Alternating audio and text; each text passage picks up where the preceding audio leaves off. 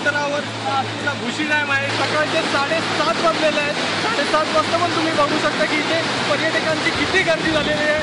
पाण्याचा प्रवाह पण वाढलेला आहे। डॅम अक्षरशः भरून वाहत आहे।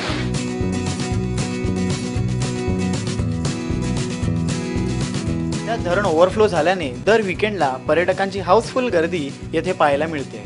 धरणाच्या सांडव्यावर पाणी वाहू लागल्याने वर्षा विहारासाठी आलेले पर्यटक सांडव्यावर बसून मनसोक्त भिजण्याचा आनंद लुटतायत। पाहुयात आमच्या प्रतिनिधीने तेथील पर्यटकांच्या जाणून घेतलेल्या प्रतिक्रिया। कहाँ से आए हो? राजस्थान से जयपुर। जयपुर से आए हो। कैसा लग रहा है आपको यहाँ पे? अच्छा लग रहा है।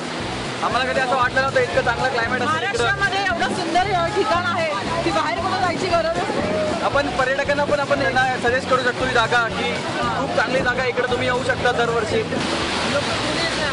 अच्छा,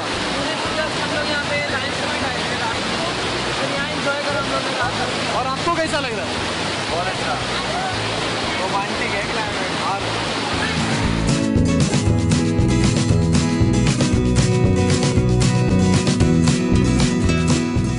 तसेच धरणाच्या परिसरात बेशिस्त व मद्यधुंद पर्यटकांच्या धिंगाणाला आळा घालण्यासाठी लोणावळा पोलिसांनी दुपारी 3 नंतर या भागामध्ये प्रवेशबंदी केली आहे, तर सायंकाळी 5च्या पूर्वी हा भाग पूर्णपणे रिकामा करण्यात येतोय।